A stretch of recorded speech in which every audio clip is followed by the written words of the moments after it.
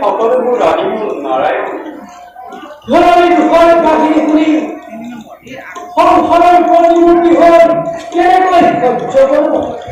আদেশ কৰক প্ৰভু, মুহূৰ্ততে গৈ সেই পাপী তাপীহঁতক সংহাৰ কৰি ধৰণী দুখ মোচন তেনেদৰে নহয়। কংস আদি বিদন্তসকলক নিধন কৰা ব্যৱস্থা আপুনিয়ে কৰক। তোমাৰ উপদেশ পাই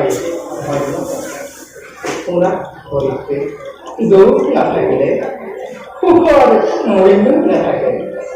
বিপদত ধৈৰ্যৰেহে আহিব।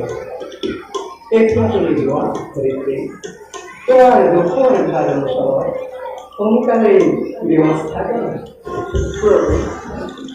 এতিয়া দুষ্টক দমন কৰি ধৰ্মৰ প্ৰতিষ্ঠা কি উপায় কৰিম বুলি ভাবিছে?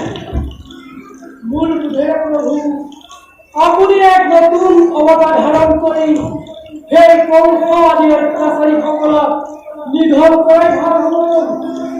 তাকেইতো ভাবিছোঁ। মোৰ এই অৱতাৰ মহাভাৰত আৰু দেৱৰ কিনাৰলৈ আৱশ্যক হ'ব।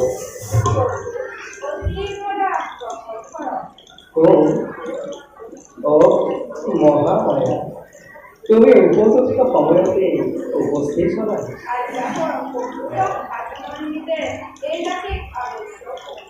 এইবাৰ পৃথিৱী মোৰ এক নতুন অৱতাৰত তুমি মোক সহায় কৰিব লাগে মহামায়া। প্ৰথমে তুমি মৰ্ত্য ৰূপলৈ গৈ গকুলৰ ৰজা নন্দৰ যোগমায়াৰূপে জন্মগ্ৰহণ কৰিব লাগিব।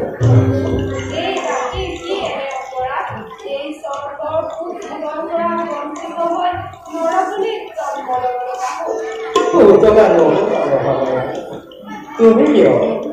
মই নিজেই গকুলেৰ অধিক দৈৱকীৰ গৰ্ভ অষ্টম সন্তানৰূপে জন্মগ্ৰহণ কৰিম। শুনা মহামায়া, তেতিয়াৰ পৰাই তোমাৰ কাম আৰম্ভ হয়।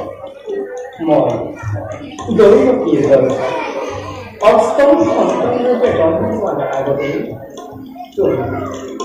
গকুলৰ ৰজা নন্দৰ দেহত যোগমায়াৰূপে জন্মগ্ৰহণ কৰিম।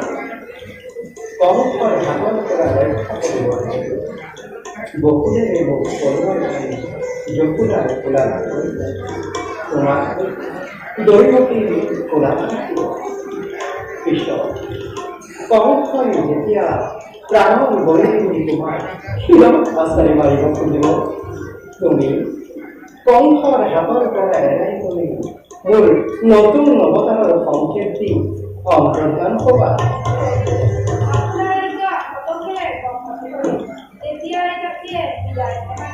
যোৱা মহামায়া, লেশ কৰ্তব্য আত্মনিৰ্ভৰ।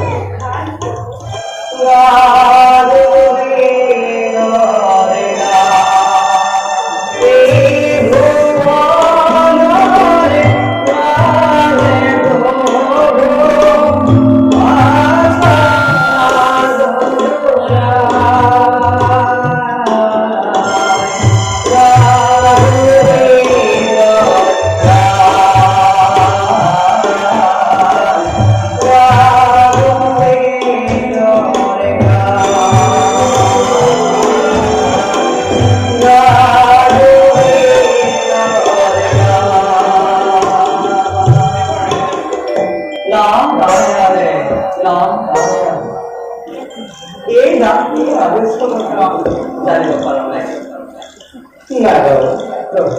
তুমি সকলো জানি যেতিয়া শুনিবলৈ ইচ্ছা কৰিছা, তেন্তে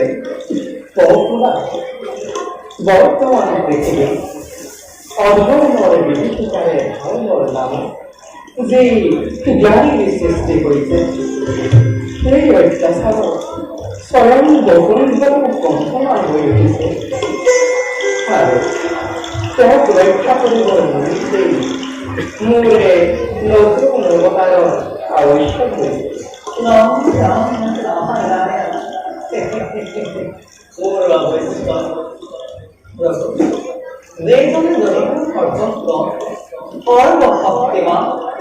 সেইজনৰ বাবে কেউৱে মহান সমস্যাৰ উদ্ভৱ যাৰ বাবে শুদ্ধমতী নাৰদৰ অৱস্থ নাৰদ প্ৰভু মোৰ নতুন অৱতাৰৰ জৰিয়তে দুষ্ট দমন আৰু সংকট পালন কৰি যোগে যোগে ভক্তসকলক ৰক্ষা কৰি এইবাৰ তুমি সোনকালে মধ্যলোকলৈ গৈ মোৰ নতুন অৱতাৰৰ বাবে তোমাৰ কাম আৰম্ভ কৰিব।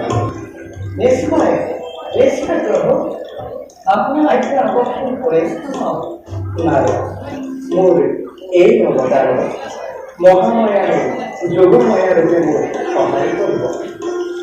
মই দৈৱকীৰ গ্ৰন্থ অষ্টম সন্তান ৰূপে জন্ম কংসৰ হাতৰ পৰা ৰক্ষা কৰিবৰ হেতু বসুদেৱে মোক তলুৱাইনি যশোদাৰ কোলাত কৰি যোগমায়াক আনি দৈৱকীৰ কোলাত ৰাখিব। পিছত কংসই যেতিয়া প্ৰাণ কৰি বুলি মোক শিৰাত পাছেৰে মাৰিব খুজিব তেতিয়াই যোগমায়াই কংসৰ হাতৰ পৰা এৰাই কৰি মোৰ নতুন অৱতাৰৰ সংকেতি অন্তৰ্ভাগ তেনেকৈ এটা স্বভাৱৰ ধৰ্মৰ ফলবলৰ পদ্ধতি ৰোধ কৰিবলৈ কোৱা নাৰদ কংসৰ ভগ্নী দৈৱকীৰ গৰ্ভত জন্মলৈ এই কোৱা নাৰদ পূৰ্ব জন্ম বসুদেৱ আৰু দৈৱকীয়ে পুত্ৰৰূপে পাবৰ বাবে প্ৰাৰ্থনা কৰিছিল। সেইদৰে নন্দ আৰু যশোদাৰ মোক পুত্ৰৰূপে পাবৰ বাবে কামনা কৰিছিল। সেইকাৰণে মোৰ একে অৱতাৰতে তেওঁলোকৰ মনোকামনা পূৰণ কৰিবৰ হেতু নৰসন্মতে জন্মলৈ দেখুৱাব খুজিছে। মোৰ এই অৱতাৰ অনন্তই বলিদানৰূপে দৈৱকীৰ সপ্তম গৰ্ভত জন্মলৈ মোৰ সকলো কাৰ্যত সহায় কৰিব। নিশ্চয় নিশ্চয় প্ৰভু পিছে প্ৰভু এই ধৰ্মৰ কৰ্তব্য বিষয়ে নাপালোঁ। প্ৰভু তোমাৰ গঠন আৰু গঠন কাম হৈছে মোৰ গুণ বলিবাবসানী গুণাধিক্ৰম যিবোৰ কংসৰ নিচিনা দুৰ্দান্ত অসুৰবিলাকে শুনিব মোৰ বিষয়ে কংসৰ মনত এনে ত্ৰাসৰ সৃষ্টি কৰিব লাগিব যাতে শয়নে সপোনে কংসৰ প্ৰাণৰ গৈ কৃষ্ণকে কংসৰ মনত এনে আতংকৰ সৃষ্টি কৰিব লাগিব যাতে পৃথিৱীৰ সকলো পাপ কাম কৰিবলৈ কংস কুণ্ঠিত নহয়। মোৰ এই অৱতাৰত অঘাসুৰ বকাসুৰ শিশুপাল আদি বস্তুৰ জৰিয়তে ত্ৰিজগতক বুজাব লাগিব অহংকাৰৰ ভক্তজনৰ ভোগ কাৰণ সকলোৰে আগুন যে সৃষ্টিকৰ্তা আৰু তেওঁৰ তুলনাত অন্য প্ৰাণী অপীন হয়নি কৰ্ম জগতের প্রাধান্য দিয়ে জগৎ শান্তি স্থাপন করার মূল উদ্দেশ্য হল রাম অবতার ঋষিমুনি সকলের মনোকামনা পূর্ণ করিব। রাম ঋষিমুনি সকলে কি ঘোষণা করেছে অনুভব করে কবলে রাম অবতার সীতার মূল প্রতি সত্যেন ভক্তি করা দেখি ঋষিমুনি সকলে তেনে পদ্ধতি কামনা করে মোৰ এই অৱতাৰ তেওঁলোক হ'ব গুণালী আৰু তেওঁলোকৰ লগত মই ৰাস ত্যাগ কৰি তেওঁলোকৰ মনোবাঞ্ছা পূৰ্ণ কৰোঁ। এতিয়া প্ৰভু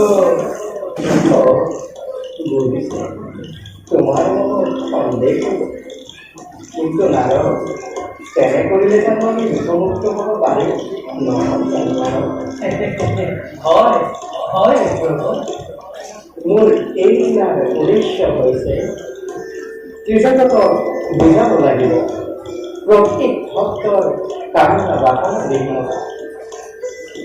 সেইকাৰণে গকুলৰ গোপপুত্ৰ দেৱক কামক কেৰিয়া প্ৰকাশ কৰি নিজে কিন্তু কামনা গন্ধবিহীন হৈ নৰসমাজত দেখুৱাব লাগিব।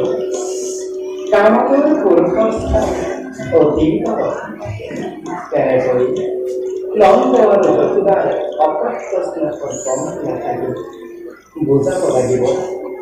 ক্ষণভংগ জীৱনৰ বৃহৎ কৰ্মপথ কৰ্মইহে একমাত্ৰ ধৰ্ম। এতিয়া তুমি যোৱা নিজ কৰ্তব্য আত্মনিয়োগ কৰাগে। ময়ো সোনকালে গৰীবতীৰ অসংগৰ জন্মলৈ ধৰাৰ ভাৰ মোচন কৰোঁ। এতিয়া মই বিদায় মনলে